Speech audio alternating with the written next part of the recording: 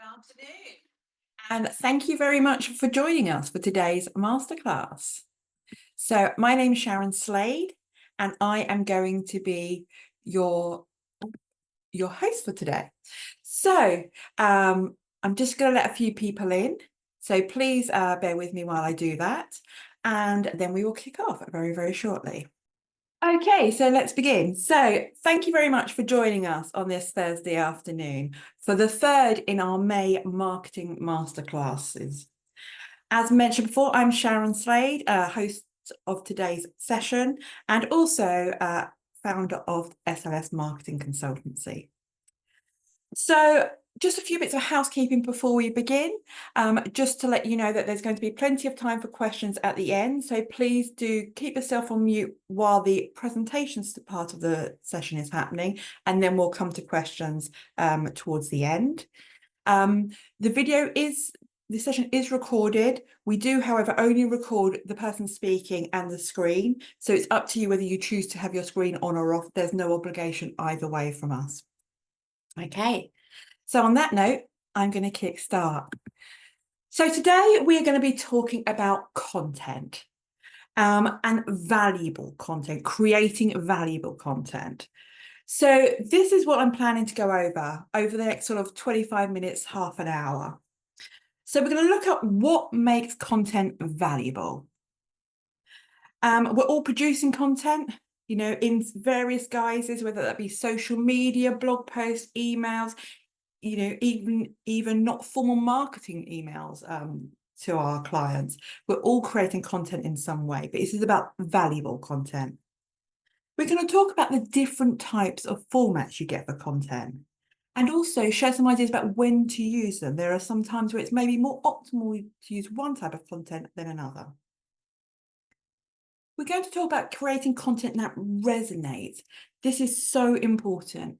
If you have been putting out content to the world and you're not really seeing anything happen because of that, then actually something may be wrong with your content, and maybe, just maybe, it's not quite resonating as you would have hoped. We're then also going to talk about repurposing your content. So this is about making your content work much, much harder and smarter than just the one thing you initially think about creating it for. So we're going to look at repurposing, and I'm going to give you some ideas about how you can do that. We then have a Q&A, so your opportunity to ask any questions that have come from today, and then just some ideas around some potential next steps. So if everyone's happy with that and you're in the right place, I'll crack on. So just to introduce myself, I will not be long on this at all. But you might think, well, who is this lady? Why should I listen to her? What does she know? All very valid questions. So this is just really a bit of a summary about myself. So my name's Sharon Slade. I have worked in marketing my whole career, which spans almost 25 years, not quite. And the reason I share this is because I think it's really important for you to understand who you're listening to. And having worked in marketing for all that time, things like the channels that are used, so email, post, direct mail, press adverts, TV adverts, social media, they change over time. But what remains consistent with marketing is the fundamental principles that underline it, which is all about being clear on who you are for, what problems you're seeking to solve, and where those people are. And if you know that and have your foundations right, then it puts you in a pretty good stead. So that's why I wanted to share that, because I have been around a long time. So really do get that. And in that time, I have been very, very fortunate enough to work for some very large companies, spending very large budgets, making them a lot of money. And now these days, I work with sole traders and SMEs. And I do that to help them really cut through all the noise and all the jargon that's out there in the world of marketing. So for me, it's about making marketing feel much more realistic and doable for smaller business owners. And there's lots of jargon in marketing, as there is in lots of industries. But sometimes it can feel a bit like you're blinded by science when we start talking about our PPC and our CTR and all of these things. And actually what I try and do is I try and strip all that away and find what's realistic What can you do that's realistic, that's going to have an impact? So I really started the business to learn everything, take all those learnings I've applied from big business to work with smaller businesses to help them really cut through, all the, I should do this, someone says I should do this, I think I need to do this, and really apply those learnings to smaller businesses where maybe the budgets aren't as big as maybe the millions that you can spend on in big corporations. It might be you have £100, might be you have £5,000 or £10,000 or 500. We find what works within your budget. So I always just like to share that, just so you understand who you're hearing from today. I've also put my QR code in the corner down there. My place where I hang out a lot is LinkedIn. So if you would like to connect, I'm always open to meeting new people and learning about what everyone does. So that's a bit about me, but that's enough of that. Let's crack on to what we're actually all here for. So we're going to talk now about what makes valuable content. And just to be clear on what content actually is. So content is any information, messages, materials that you share, that you put out there to attract, engage, connect, inform, inspire your potential customers, your target market in this instance. And I like to think of it a little bit like it's your way of leaving breadcrumbs. So every piece of content is a breadcrumb that leads people gradually to your front door. But if you're producing content at the moment and you're not seeing any results from it, perhaps it's not proven of value.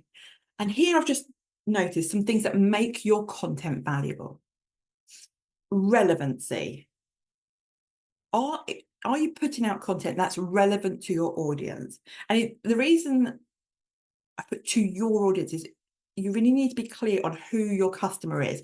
Lots of people say they're for everybody, but actually the key thing is to group some of your customers together and talk to those groups specifically about the needs that make them similar.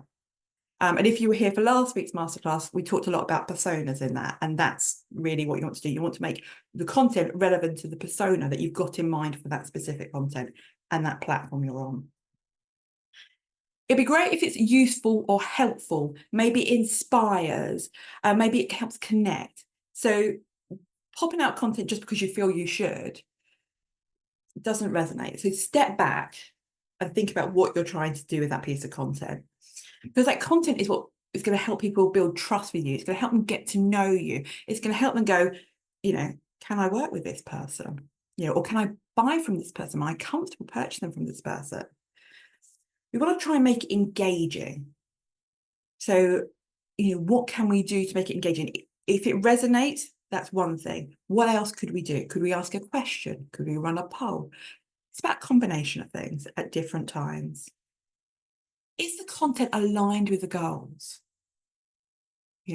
Just popping something out there because actually someone says it's an interesting topic. It may be, but actually, is it going to be valuable for your audience for what you want them to do and what they need from you?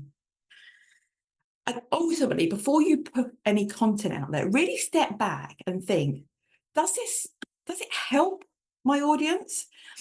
And maybe if it's not a helpful tip or how to use something, even just think, okay, by putting that out this, are they actually going to get me? Are they going to get who I am or what my business is and what it can offer? So that's what we mean by valuable content. And I thought I'd give you a couple of examples. So for those of you who are based here in the UK, where I am, we have a very famous brand called John Lewis. And every year they pop out a Christmas advert. And there's always lots of noise about it. What's it going to be like, etc. And their ads are always emotional. They tell a story. It reflects their brand. It's not about sales. Not all content has to be about sales, but it's about ensuring that people know that that brand's there and what that brand stands for. It's not selling, it's connecting. But they've thought about their audience. They've thought about building trust. It aligns with their goals and their vision. So that's how they've utilised it. If I flip it to maybe a sole trader, maybe a landscape gardener, maybe a sole trader who's a landscape gardener wants to use content, what content's going to be valuable to their audience? Well, things like maybe a before and after picture. This is the garden before I worked on it. This is the garden after I worked on it. It demonstrates what you can do. It also maybe inspires and helps people really understand the value you can bring. So that's really what I mean by valuable content. So when you're developing your content, think, does it meet some, if not all, of these points? And then one of the things I like to say is, think about, if you can't remember all of those, just think of the 3 R's. I call it the 3 R's of content. Is your content relatable? Does it speak directly to your audience's needs and pain points? It's so important that when you're doing content, you're thinking of the ideal customer in your head. You're thinking what frustrates them, what keeps them up at night. How can my product or service solve that point? Is it relevant? And here I said match where they are on the journey. And I'm very conscious here that journey is a word we use in marketing a lot. But what I mean is, not all content is about sales, because people are at different places in terms of their familiarity with you. So do they know about you? Are they aware of you? Would they consider you? Are they in a point where they can make a decision? Can you secure that sale? So it depends where they are along that journey. You want to make sure that your activity is relevant. And I will come on to explain a little bit more about that a bit later on. And you want to make it results focused. So help them solve a problem or understand something better. I was working with an accountant recently, and we did a post on LinkedIn, and it really focused on, they work a lot with freelancers, part-time staff, and they did a post which was around, did you know that as a part-time freelancer, you can still claim working from home expenses? And then it went on to explain a little bit more and gave them some tips. So it was relatable because it spoke directly to that audience. It was relevant because it was coming towards the tax season, our self-assessment deadline. And it was results focused because ultimately it was about saving them money. So it's about trying to consider your audience at every stage of your content creation. So content is out there all the time. We need to make sure it's valuable, and value really relies upon us knowing our audience and know who we're talking to and where they are in their buying journey, and making sure that what we do can resonate with them. And that is by really knowing them. So there are lots of different types of content that we could use, and they split into these categories. So we have written content. So this is, like it says here, your blogs, your articles, your longer LinkedIn posts, etc. And they are really great for really showing that you know your stuff. Position you as a thought leader. They also have the benefit of being great for SEO, and to take the jargon out of that, essentially helping you being found on the likes of Google and Bing. And written often allows you to go into a bit more detail and provide a bit more depth. But on the other side of that, we have visual. So things like infographics and carousels. It's really important to remember that people consume things differently. So some people like a lot of written detail. Some people like to see things visually. Some things are more audible, etc. So this is why different types of content are important. But it's also important to tie it to the stage of the business people are at. And actually, are they ready to read a lot? Are we posting at a good time for them to read a lot? Or actually, are we doing something in the evening where maybe it's a bit more snackable and shareable, like a visual? We have things like videos. And obviously, we all know videos have exploded over recent years. And that is not just your short forms that we see on the likes of TikTok, Insta Reels, YouTube Short, but also longer videos. So lots of how-to guides and things like that you might find on the likes of YouTube or people's own websites. So think about that content. Audio. How many of you do a podcast or release little clips? Podcasts are great for people that are on the go. So if you know your audience are going to be maybe in their car or driving a lorry or in a form of transport. Could that be great for them? So different types of content, different types of people, different places they may be. And then it's about making things interactive. So producing content is one thing, and it may reach lots of people, but also you want to see where possible, can you make things interactive? And that can be something as simple as ending your social media post with a question, or maybe running a poll or a quiz, or maybe, you know, if you are an accountant, can you provide a tax calculator? So what things can you do to boost engagement? So it's, you know, so some of the things I was thinking about when I was writing this was, you know, things like carousels are really great for things like if you had like 5 mistakes people make when recruiting. But a carousel on LinkedIn, so where the pages swipe each time, you can have a different mistake on every page. That's great. Great way to consume that. And maybe, you know, a podcast could be great if you wanted to interview somebody, or you were being interviewed and you wanted to share it. So just start to think about the types of content that you could work with and could work well for your audience. So remember, always think about your audience. It cannot be, I like doing this, therefore I'm going to do it, because it won't be of value. Or maybe it might be once, but it won't be a long-term strategy. So think about that. And actually, another thing we can think of is this little table here really is to show that some types of content might be better at certain times. Now, it doesn't mean you can only do it at this time, but if you were thinking about people and your audience and where they are, actually to build awareness, what you might want to be doing is things like educational blogs. So sharing your knowledge, providing something that helps people understand something a little bit more. So I'm a marketing consultant, and maybe my blogs could be around, you know, how to develop your marketing strategy, 5 things to consider when building your customer personas. So we're teaching, we're sharing some of our knowledge. I could do 5 tips to consider when developing your LinkedIn profile. So things that can add value to people, but they tell people that you're out there. You know, it's shareable content. It's stuff that you might find on Google or YouTube by searching how do I, or marketing in my instance, but think about it from yourself. And then you have people that maybe know about you. They're not ready to buy yet, but they know about you. So what do they know? Well, they're considering, you know, who they're going to use for their product or service that they're thinking of buying. So things like a case study, which demonstrates what you've done for somebody else in the past and the outcome. Maybe they could resonate with that. Maybe they go, oh, that person's like me. You've done it for them. Could you do it for me? It could be things like product demonstrations. You know, if you're purchasing something and you just want to know it's going to be easy to use, or it's, you know, even if it's not easy, but if it's complicated, there's some help to show you how to use it.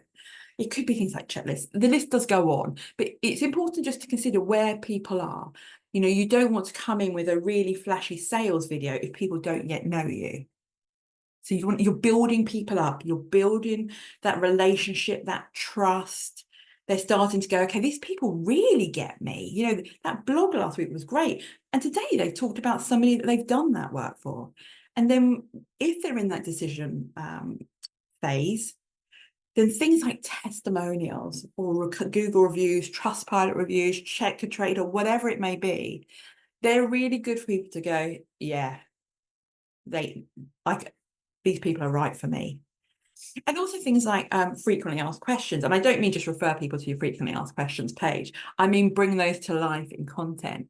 So, you know, it could be things that you maybe answer a frequently asked question like this. You may be thinking this before you purchase. Well, lots of our audience ask us this, and therefore this is the answer. And you show that in what you do. And the key thing, I guess, here is not everyone is ready for a sale. So you're building up your content, you're planting those breadcrumbs, but it's relatable, it's valuable as they're moving closer to your door. And at this point, it isn't necessarily about sales. But one thing I would say is be really mindful of what we call in marketing your call to action, your CTA. It's what do you want them to do once they've consumed that piece of content? So when you're at the sales, it's usually quite straightforward. Book, request it's usually a button or a very simple phrase. But if it's earlier on up here, so maybe it's awareness, so maybe they've read one of your blogs, your call to action might be, oh, if you like this blog, you might also like this blog. Or if you've liked this video, why not subscribe to my YouTube channel? So just be thinking about those types of things as you go along.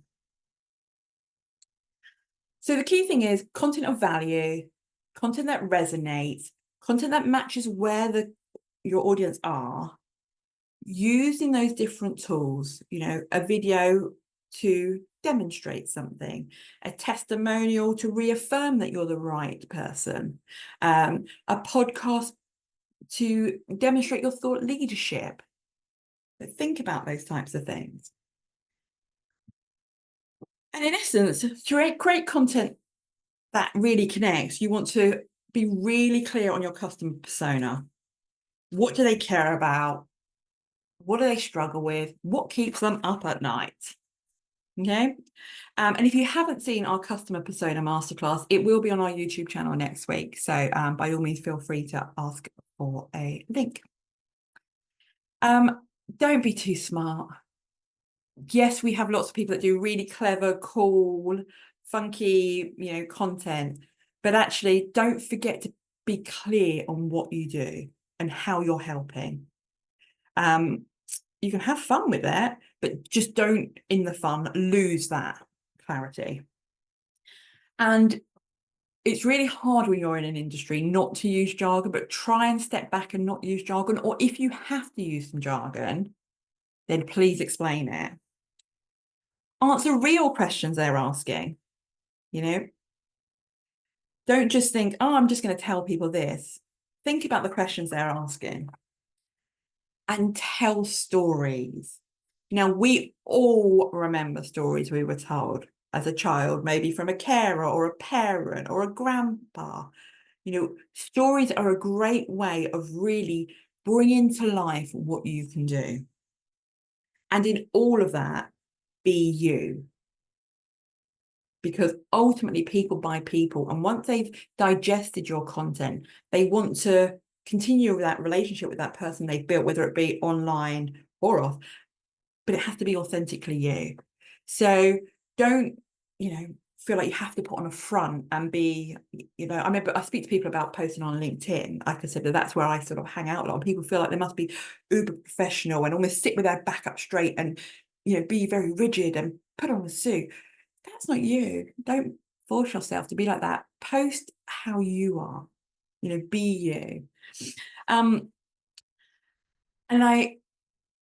it's so important for that connection. And actually I was through a great example on Facebook the other day, which I thought really helped with this. And it was there was a lady and she's a dog groomer. This also resonated with me because I have a dog owner. I'm a dog owner. And the post said something like, ever tried cutting your dog's nails and it turns into like a horror show, a wrestling match?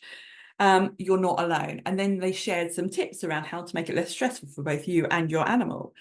And she took me on like a little journey. She showed she understood me. Yes, I get that. Yes, I know what it's like to struggle to try and cut my dog's toenails, Yes, it does become a bit more match. You're trying to hold it like this, So she was, but then she was also offering up some solutions.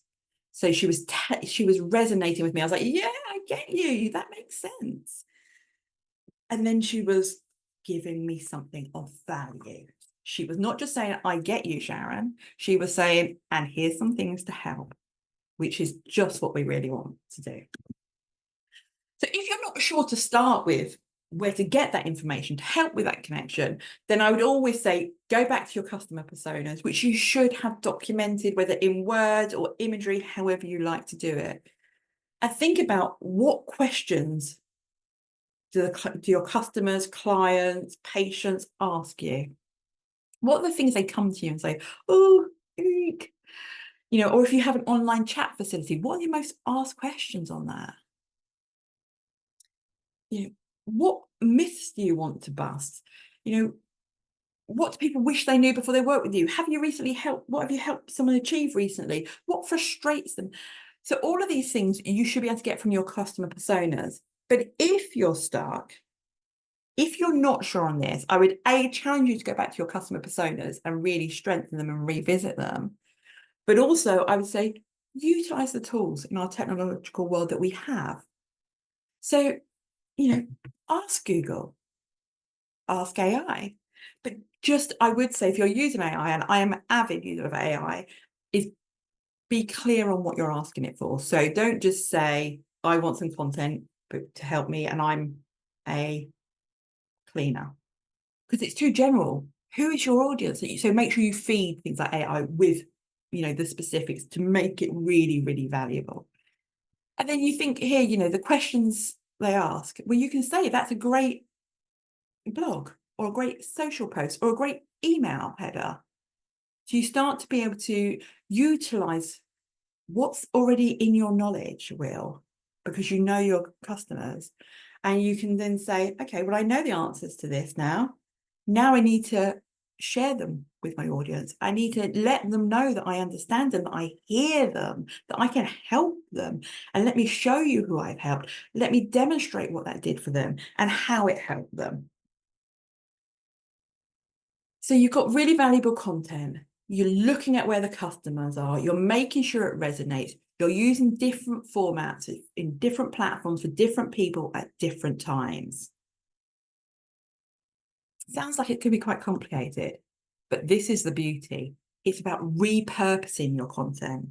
It's about taking one idea, so one of those things that maybe frustrates people, keeps them up at night, the question that's asked most frequently, and using it across many different formats. Now, with my clients, I would often start with a blog. So, I work with an accountant, and we've done a blog around how to choose the right accountant for your small business. Okay, so it's a blog. So we've invested time and we've created that blog. But then we can turn it into other things. So we can turn that into a Facebook post to say, new blog available on our website, go and have a look. Or we could take some of those tips and use them as Facebook posts. We could do a short video summary of what's in the blog, or even just a snippet saying, we get this question a lot, new blog out now, pop over here to have a look. There might be a quote within the blog that we could use, and we could put it out to be a graphic. We could use the blog as a reason to email our opted-in newsletter audience. We could tell them the blog's out. We could give them some of the content within the email. We could bring that blog to life using an infographic. That infographic could be in the blog. That infographic could be in the email. The infographic could be a social media post. You have one idea, that blog, that's now going to see you through multiple pieces of content. You could use it as a LinkedIn carousel. It's particularly things like where you're giving tips or mistakes or something that's quantifiable, those 1, 2, 3, 4, 5. You think on that on a carousel, and the same on Instagram as well. Where you could have that ability to swipe. Oh, that's problem 1. That's problem 2. That's problem 3. This is how I'm going to overcome it. It's a checklist handout. There's so many things that you can do from one blog. And I would often say to people, if it's their first blog, try and make it something like a 5 top tips to ensure your dogs are well behaved during their groom. That's a really random example, but just, bear with me. But those 5 tips could be 5 different posts as well, or 5 different email subjects, or 5 little infographics. So the whole purpose is really if you put in the time and effort to understand your audience, build your personas, consider where they are in their journey to purchase with you, where all those breadcrumbs are, you've considered the different types of content, you understand what works for your audience and where they are, you can then say, oh, well, now if I'm doing a blog, it's not, oh my gosh, have I got time to do a blog? It's actually, it'll be great when I've done this blog, because this blog then will give me 5, 10, 15, 20 extra pieces of content across various different platforms. And I think it's always important to remember that. The key is you don't always have to start from scratch. If you have something there already, the chances are you can repurpose it and use it in a different way across a different channel. So don't feel like writing a blog or doing one piece of or developing one piece of content is a chore, because actually what it will do, it will help give you so much more content for other things. So it really is about making your content work harder. So what I want you to really get from this is valuable content. It's helpful, relevant, focused. It shows that you know your audience. It resonates with them. They feel like you get them. You're using the right format with the right message to the right people on the right platform at the right time. So by that, I mean, if you wanted to market to me, I've already told you I'm on LinkedIn. So give me some helpful, relevant, and focused content that's on LinkedIn. And and if you're doing your 5 mistakes to avoid, then great, post it as a carousel, because that's 5 different pages of a carousel. See? Remember though, content isn't only about sales. Your pieces don't have to get everyone to the end of the sale. All you're trying to do is those breadcrumbs move people closer to your front door. So piece A, where they don't know anything about you, and maybe the first blog or the first LinkedIn article you write, that's just about telling people you're there. And the purpose of, at that point, what do you want someone to do after? So just consider that. When you're thinking about your content, plan for repurposing. Don't just create something and then go, oh, I'm not going to do anything now. Always have what else can I do with it in mind. And like I said, let it be authentically you. And every one of us is different. And we want to really resonate with people. So I write like I talk. I use my hands a lot in case you haven't, and that's, that comes through in my content. My content isn't stifled. It's talkative, it's informative, and I like to share knowledge. So let your personality come through. I don't use excessively complicated words. I try not to use a lot of jargon. So when you're creating content, what's you? That's me, but what's you? And make sure that really comes through. And whatever you do, just test, learn, tweak, revise. You're always learning. So when you're putting content out there, maybe this time you tried something as a carousel on LinkedIn and you didn't quite like it. Okay, well, what didn't you like? Okay, did the audience like it? Did you get engagement? Yes or no? Got no engagement? Okay. Could you ask that same question? Could you post that same carousel and ask a question? Could you put the same content from that carousel into a poll? Just challenge yourself to think a little bit beyond. So I sent out this morning to everybody a copy of a planning worksheet that I use with some of my clients that I thought could be of help to you. So we've talked through the theory behind making content relevant, and then I sent you this morning, and I will again email you tomorrow, just thanking you for attending today, but I'll also email you a copy of this worksheet, because it's a really good way if you're new to content building, or maybe your content hasn't been resonating and you just want to have a fresh perspective. This is a really good way to start getting you thinking differently. And the first section really is about you just going, okay, who is this content for? And you include in on this document the name you give to the customer persona, a challenge or the pain point or their frustration, that what's keeping them up at night. And then what do they need from you? What is it they need? And then you say, okay, in the second section, section 2, is what do I want to achieve for this? And that's to remind us that we're not trying to sell from every piece. It's okay to put something out there that's about awareness building, that's building trust, that's educating. It doesn't have to be, and now the phone must ring, or now, my website sales must go up, or inquiries must go up. Each piece of content will have its own purpose. And then section 3 is for you just to have a bit of a brain dump of ideas. So, okay, if you're going to talk to this persona and you know that they're frustrated by X, Y, or Z, and you know that they need this help, What sort of content could you do? And if you struggle with that bit, that's where AI can really help you, as an example, to just really try and mash that together. But you need to feed it with that information around who that customer persona, those challenges, etc. So drop in all your ideas. It doesn't have to be lots. We're talking about one of your customer personas. Most businesses will have more than one. And then thinking, okay, if that's my content idea, what's the primary format I'm doing it in? And why am I doing that format? And where am I going to put it? And then the most important thing is, what value does it offer? Is it offering value? Because that's what our content really has to do. And if it doesn't, is there a way it could add value? You don't have to dismiss your idea, but maybe think about how it could.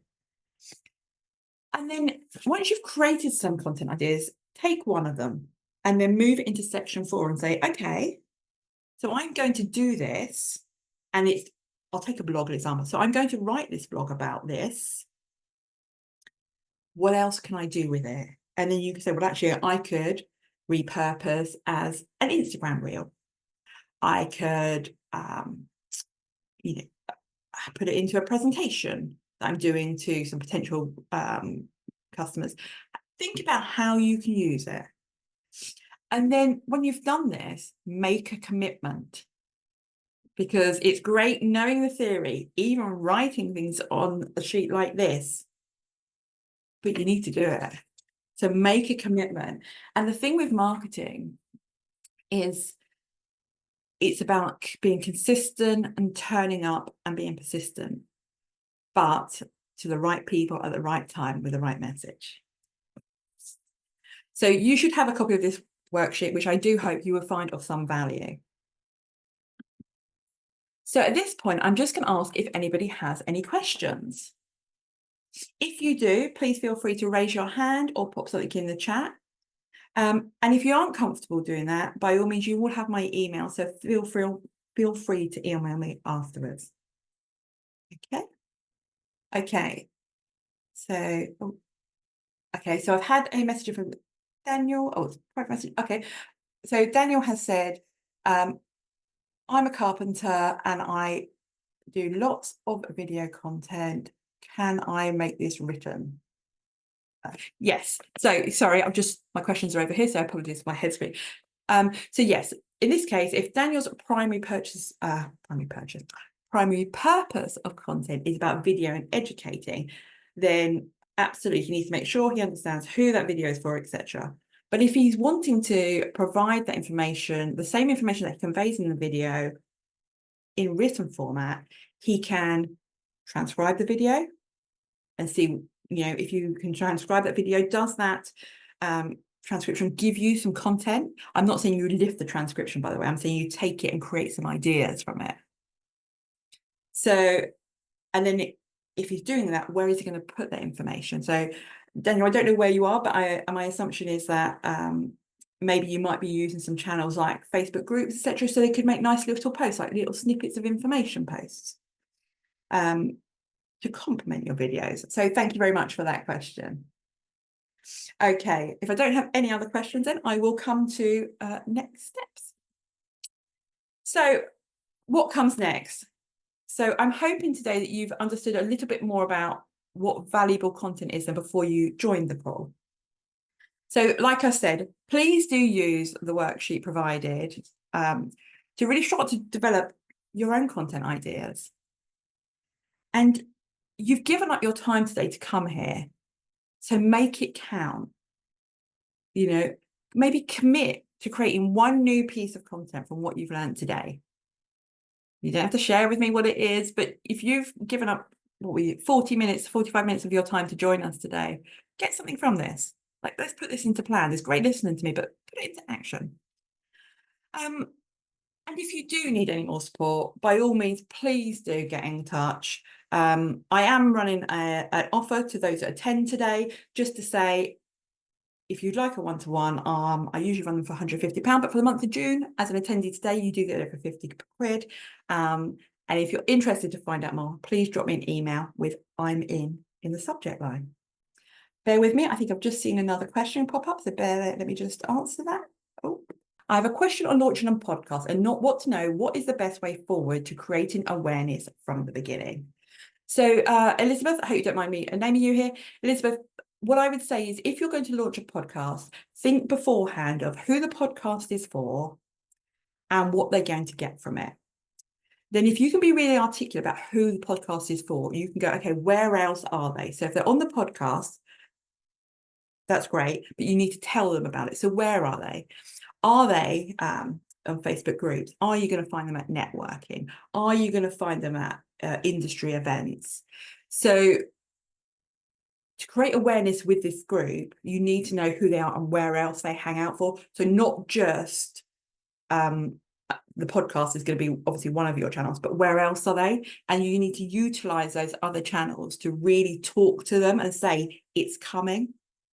So I don't know your audience. I don't know if you want to share your audience, but if you know who your audience are, you'll know where else they are. You know, so are they searching for you on Google? You know, are they already visiting your website if you have one? Are you part of a Facebook group? Wherever they currently are, not where you are, wherever they currently are, you need to go to and start to say, I've listened to you, I'm introducing this podcast, this is the sorts of things it's going to address, and start to build up that relationship around, you know, what you're going to deliver and the benefits of them coming and listening to the podcast. And, you know, podcasts can often be quite fun. And don't forget to say that it can be lighthearted if it's going to be, or it could be very serious. There's no problem saying that either, but just make sure you're clear on what's the benefits. So just look at where they are now.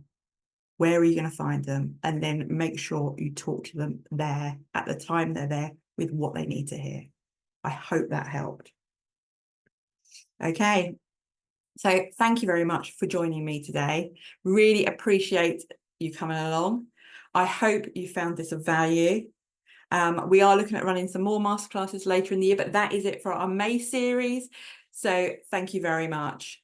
On that note, I'm going to wish you goodbye, and I hope to see you all again soon. So thank you very much for your time today.